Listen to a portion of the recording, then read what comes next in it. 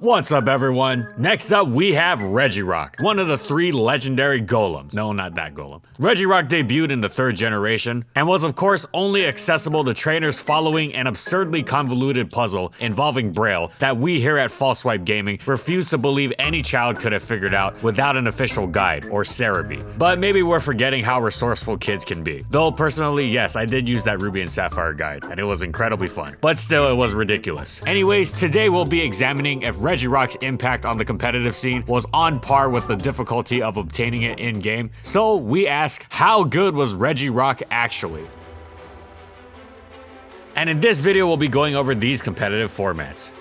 Regirock wasn't a top-tier advanced OU Pokemon, but it had a legitimate niche in the metagame and was absolutely worth bringing to an important battle. Now, it wasn't a great physical wall since it had no recovery and was weak to the ever-present Earthquake, as well as other common physical moves like Brick Break, Focus Punch, and Meteor Mash, but thanks to its naturally massive defense, it was able to take just about any one such hit. Plus, it packed useful resistances to normal and flying, and even without anything more than max HP investment, it had some astounding defensive capabilities that its teammates loved being able to fall back on, especially since Regirock wasn't going to be getting worn down by Sandstorm. The most notable of these were Heracross's Mega Horde, 4-hit KOing, meaning Salamence or Gyarados didn't necessarily have to switch in and be too weak to sweep later, and Aerodactyl's Rock Slide 5-hit KOing at best, while its Earthquake only 3-hit KO'd, which took a ton of pressure off of Metagross and Swampert. These traits alongside Explosion allowed it to retaliate back while also threatening defensive teams, and this excellent offensive-defensive capability gave it a useful role on physical offense teams. With Curse, Rock Slide, Earthquake, and Explosion, it was able to go on the offensive, being able to lure Metagross, Celebi, or a Water, which enabled the physical attackers it was paired with. Clear Body also meant Salamence and Gyarados' Intimidate wouldn't slow it down. It could also equip itself with the Choice Band to pose a more immediate threat. But there were 2 main downsides to Regirock. First, it was a little worse at taking multiple hits, most notably against the aforementioned examples of Heracross and Aerodactyl, but it wasn't meant to be an impenetrable wall, and it would still switch into those offensive Pokemon, as well as Snorlax, Tyranitar, and Salamence, more than well enough in order to get some offense going. The second downside was being more prediction reliant against teams that could potentially switch around it by resisting Rock Slide and Earthquake. However, its upsides were great too. The main reason for Choice Band was Regirock's access to Superpower, which allows it to 1-hit KO Tyranitar, and this is huge against the Dragon Dance variants. Regirock is rarely gonna get KO'd by Tyranitar's boosted Earthquake, but it is going to get 2-hit KO'd, and it's not going to KO it back before that happens. So depending on the prediction, this use of Superpower could very well be the deciding point in a battle. Superpower also allowed Regirock to instantly threaten Blissey and Snorlax, which the Curse set couldn't do without exploding. And finally, Superpower hits Waters harder than Earthquake. Regirock probably wasn't going to stay in and brawl with them after the initial attack regardless, and this could make a difference if the Regirock trainer wanted to use it over the course of a longer game. For example, if they wanted its defensive capabilities, or if they knew they were going to get plenty of opportunities to fire attacks off with it against the opposing Blissey or Snorlax, meaning they didn't have to immediately blow it up. Overall, the set choice was a matter of preference. Both had notable strengths and weaknesses, but played similarly enough overall. So overall, Regirock isn't an OU staple, but any advanced player worth their salt knows and respects what it's shown to be capable of.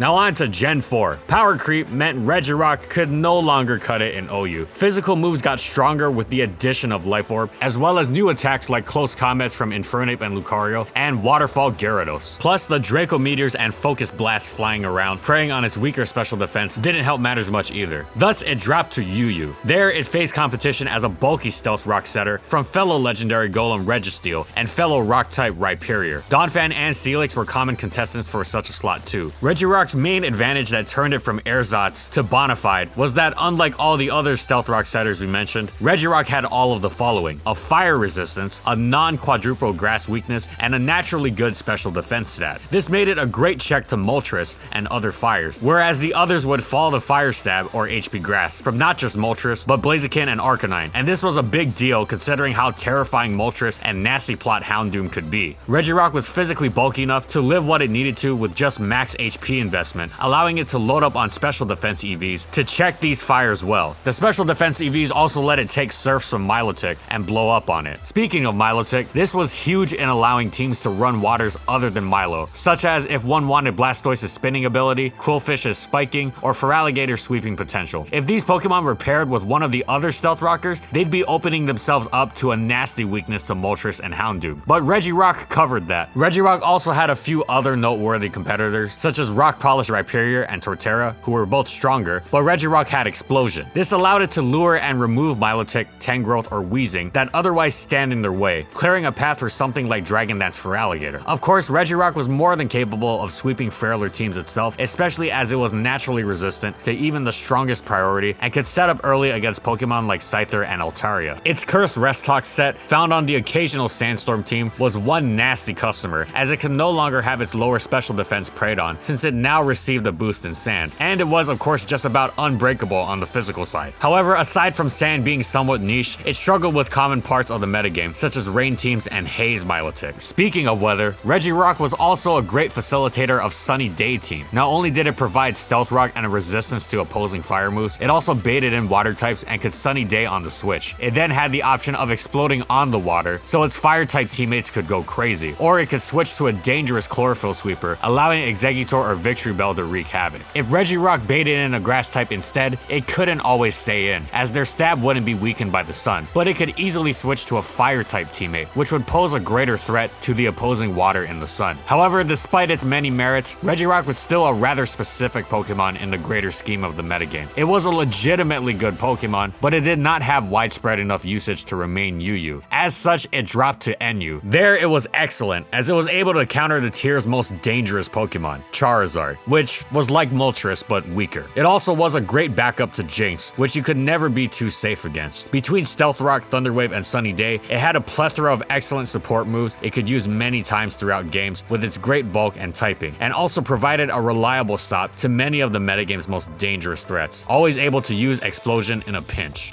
Now on to the weather generation. Unfortunately, Gen 5's power creep meant OU was a pipe dream, and UU now resembled the previous generation's OU, meaning even that was beyond Regirock's reach as well. It also didn't enjoy Explosion's damage being halved either, and thus this is what limited its usefulness in the new RU. It was a great counter to Moltres and Entei, who were immense threats, and was a stealth rocker that utterly dominated the incredibly popular Rapid Spin Cryogonal, so it had a legitimate niche, but it was rare because it offered little beyond that, as it struggled to counter much else or dish out much relevant damage, meaning it ended up in NU. The lower power level and focus on normal type offense from Braviary, Swellow, Zangoose, Tauros, and Kangaskhan meant it was going to be useful game in and game out. Access to a buffed Drain Punch complemented its Rock Stab coverage-wise, and was able to slightly make up for its lack of a true recovery. And being able to hold off the tier's #1 threat in Charizard was also no mean feat. Plus, it was always nice to have a backup against Rotom Fan and Rotom Frost. Of course, it wasn't impenetrable, with Pokemon like Sock and Samurott being incredibly popular choices for offensive teams, as well as various grass types such as Ludicolo and Leafeon threatening it hard, but they didn't relish the prospect of switching into Regirock's Thunder Wave or Toxic too much, the latter of which also crippled the otherwise safe Golurk and Alomomola incredibly hard, and prevented Bulk Up Braviary from getting too out of hand. Regirock also used the Sunny Day set from the previous generation and enabled Sun teams as massive threats, especially with the lack of opposing weather. The Chlorophyllers, Victory Bell, and Exeggutor were now joined by the incredibly threatening Sawsbuck, and Charizard now packs Solar Power for astonishing strength. Overall, Regirock was a fine choice for the experienced NU player, as its ability to hold off such key threats and respond well in return allowed them to gain an edge over their opponents.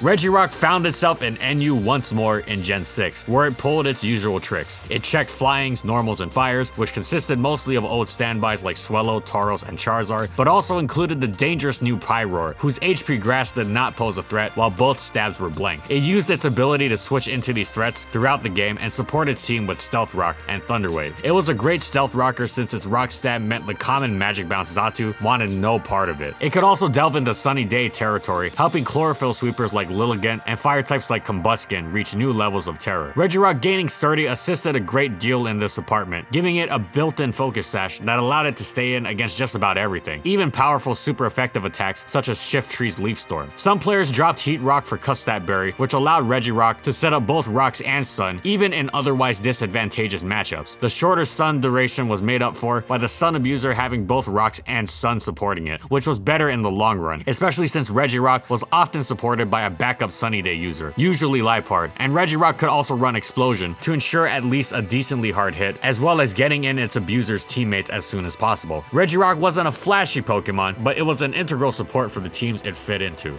As a result of power creep brought on by the new generation's threats, as well as Z moves giving everything enhanced power, Regirock dropped to PU in Generation 7. There, it fended off old faces like Kangaskhan and Skuntank, as well as new ones like Oricorio E and Lycanroc, while supporting its teams with Stealth Rock and sometimes also Sun, which was now more threatening than ever, with the nuclear option of Z moves potentially pushing past things that it would otherwise be able to tank a hit. Plus, Regirock now tended to bait in not just Waters, but also Mudsdale, meaning its chlorophyll abusing partners would definitely be coming in to wreak havoc. Its ability to beat Kangaskhan was also incredibly valuable, as Kangaskhan using Fake Out to burn Sun turns was a common tactic for beating Sun teams. Regirock was pretty much settled and proven in its two major roles, and despite it not being flashy, it was a key presence in the PU metagame.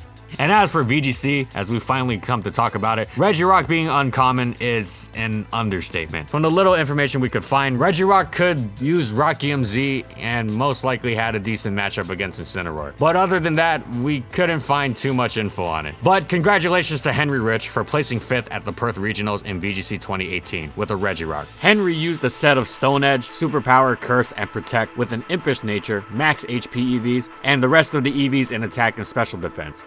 Regirock took physical hits really well, even a +6 high horsepower from conventional belly drum Snorlaxes without any curse boost. And then under Trick Room, it could even outspeed Snorlax and take it out with a superpower after 2 curse boosts. But yeah, other than that, Regirock is most likely bad and wasn't considered by the majority of players. And that's it. So how good was Regirock actually? Well, past its debut generation, it's been a career-long lower tier Pokemon, able to anchor its team against its tier's various threats, usually fires, flyings, and normals, with its fantastic bulk, key resist, and great support moves, namely Stealth Rock. But it's also been one of the Pokemon most responsible for the legitimate viability of Sun teams in its respective lower tiers. It's always been a little more on the niche side, not quite the easiest thing to slap onto a team, and it's not at all a flashy Pokemon, but those niches have been legitimate.